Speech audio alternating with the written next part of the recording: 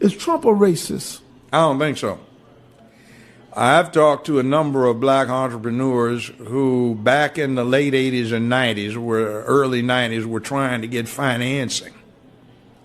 They couldn't. Somebody told them to go check with Donald Trump. So they come back and tell me they got a loan from Donald Trump. He gave them a term loan. Show up with the interest and the principal, one check. But they had to go see him personally. They independently relate this tale that when they saw him, he said, "This what you supposed to pay me? This our agreement?" I said, "Yeah." And then tore the check up, shook their hands, and congratulations. Now run your business. And this was when? This was back in the 90s. See, most people don't even know this. He had a sister. He was, every time you saw him back in the 90s, fine, paper bag, brown, beautiful black model. He likes fine women. He didn't have any problem with dating a black woman, walking her down red carpets. So, I mean, she says he's not a racist. He just doesn't like many people, black or white. And he appreciates people who do stuff within their lane. Well, not stay in their lane, but where they choose to be, if they do it well, he admires them. Black, white, brown, red, yellow. Most people don't know this. He was the finance man behind Jesse Jackson's 2 runs for president. Wow. So, you know, he talks, but I don't mind somebody talking. I think we've gotten too sensitive to that. That's part of the effeminization of the country. I remember in junior high and high school, "Hey, man, I won't say nothing, man, but last night when I saw your mama, man, you don't know I was over there because you was asleep, man." But blah, blah, blah, blah. We ran to dozens. That was our sport. Mm-hmm. So we were used to talking about each other. Now, "Man, he talking about my mama, man." What's wrong with you? Mm-hmm. Do you think Trump will get reelected? I think he's going to get reelected. This impeachment mess we've got right now, there's a thing called the U.S. Constitution, and the Constitution says the president is the chief diplomatic officer of the United States. It puts no limits on his discretion. It simply says that if he comes up with any treaties, they have to be ratified by the Senate. If a treaty is ratified by the Senate, it becomes part of the supreme law of the land. The president and other elected and appointed officials are under oath required to follow the law of the land.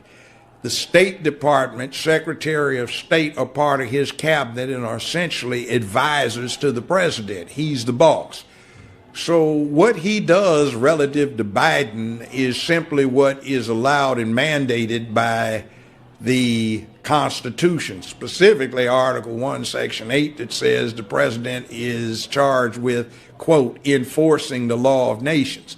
We have an Interpol treaty with various European states and also one specifically with the Ukraine that requires that we basically investigate, apprehend, prosecute, extradite criminal elements and criminality.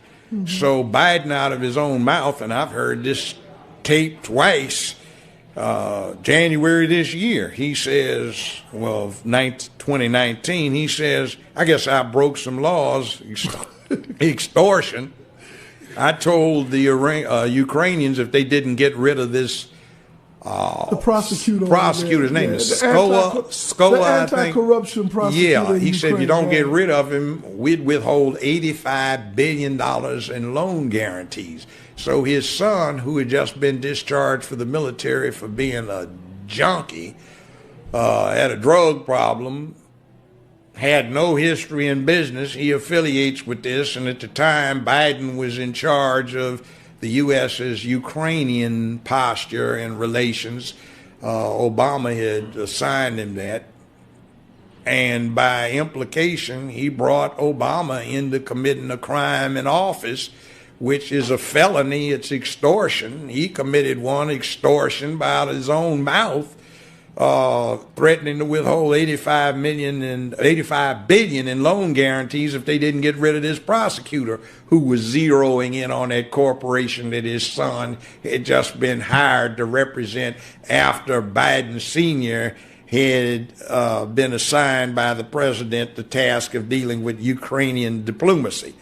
So son gets $18.5 million out of it, and he has no background other than a dishonorable discharge from the armed services for drug abuse.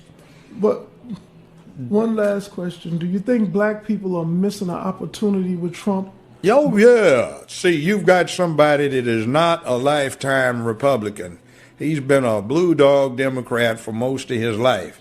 He usurped the Republican Party. So I think this thing I've been tweeting about, no benefit, no vote, ought to be the deal. We haven't gotten a damn thing out of the Democratic Party for a long time. And the last one, number 44, and the one before that, 43, Bush and Obama, well, there are pictures of Bush with his arm around 8-year-old Barack Obama because his stepdaddy, adopted daddy, Lolo Sotoro, had done a lifetime worth of business with the Bushes. Wow. Uncle George Herbert Walker, after whom George Herbert Walker Bush, Bush 1 president, was named, founded Halliburton in 1946 in Oklahoma.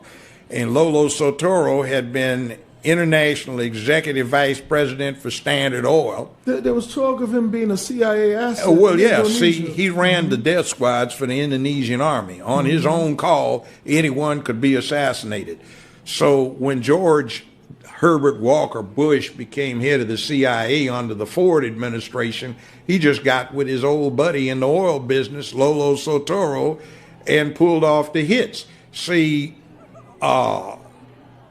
Barack's grandmother has been acknowledged as being the woman that operated the channels through which CIA money went to the Southwest Pacific. So she introduced her daughter, who had just had Barry, Barack, to Lolo Sotoro, and they got married, and Lolo Sotoro adopted Barack Obama. The name was changed to Barry Sotoro. Now, when he went to high school in Hawaii, I know about that high school. I almost sent my oldest son to it. I could afford it, but I didn't think he deserved it. 20 years ago, the tuition was $95,000 a year, not including room and board. When Obama went there, I've talked to two of his classmates. They independently state that the tuition, not including room and board, was $45,000. Now, Business Insider reports his income for 2017 at over $200 million net. That's after taxes, deductions, write-offs. For this last year, 2018, they reported it as $570+ million. And that's after all deductions, tax, right? Trump doesn't make that net. I mean, even some of the richest people in America don't make that. Why? Because when his stepdaddy died, he was one of the 10, 15 richest men on earth. And he left everything in a trust fund operated out of Indonesia, so the American government can't touch it. That makes Barack Obama 1/3 beneficiary for the assets of one of the 10, 15 richest men on earth. See, so we got a game run on us. So, you know that little thing that Bush W does when he gets with Michelle, they giggle and he gives her candy. The inside thing, is that supposed to be the same kind of candy he used to give to her husband when he was 6, 7, 8 years old? Oh, wow.